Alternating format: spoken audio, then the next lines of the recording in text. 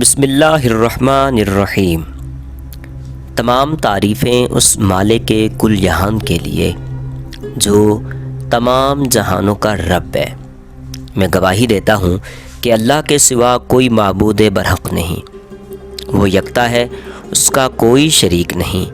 اور میں یہ بھی گواہی دیتا ہوں کہ ہمارے پیارے نبی حضرت محمد صلی اللہ علیہ وآلہ وسلم اللہ کے برگزیدہ بندے اور آخری رسول ہیں۔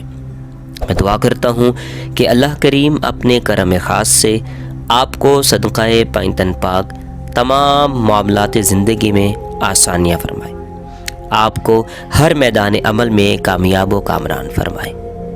قرآنی وظائف کے ناظرین، اگر آپ روحانی علم اور استخارہ کی مدد سے اپنے معاملات، قسمت، دوستی، دشمنی، کاروبار، ملازمت، سفر، مالی معاملات، جائیداد، مقدمات، نوکری، پریشانی، تعلیم، صحت، شہرت، محبت کی شادی، تعلقات کے بارے میں جاننا چاہتے ہیں اور اپنی خوبیاں اور خامیاں جان کر اپنی شخصیت نکھارنا چاہتے ہیں تو مشورہ کے لیے ہمارے واٹس ایپ نمبر پر مکمل تفصیل کے ساتھ وائس میسج بھیجیے۔ انشاءاللہ ہم مکمل تعاون اور مدد کریں گے۔ قرآنی وظائف کے ناظرین، آج ہم آپ کو جو وظیفہ بتانے جا رہے ہیں وہ ہے اولاد نرینہ کے حصول کے لیے۔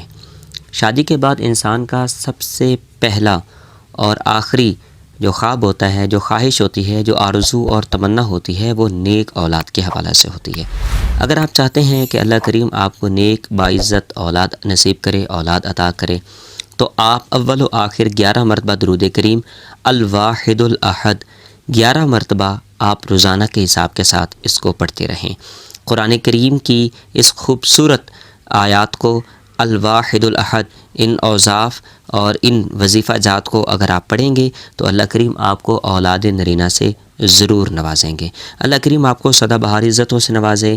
مزید اس قسم کی تفصیلاً ویڈیوز دیکھنے کے لیے اور اپنے تمام مسائل کے حل کے لیے آپ ہم سے ڈائریکٹلی ایک بار رابطہ بھی کر سکتے ہیں۔ اللہ کریم آپ کو سدا بہار عزتوں سے نوازے۔ اللہ حافظ۔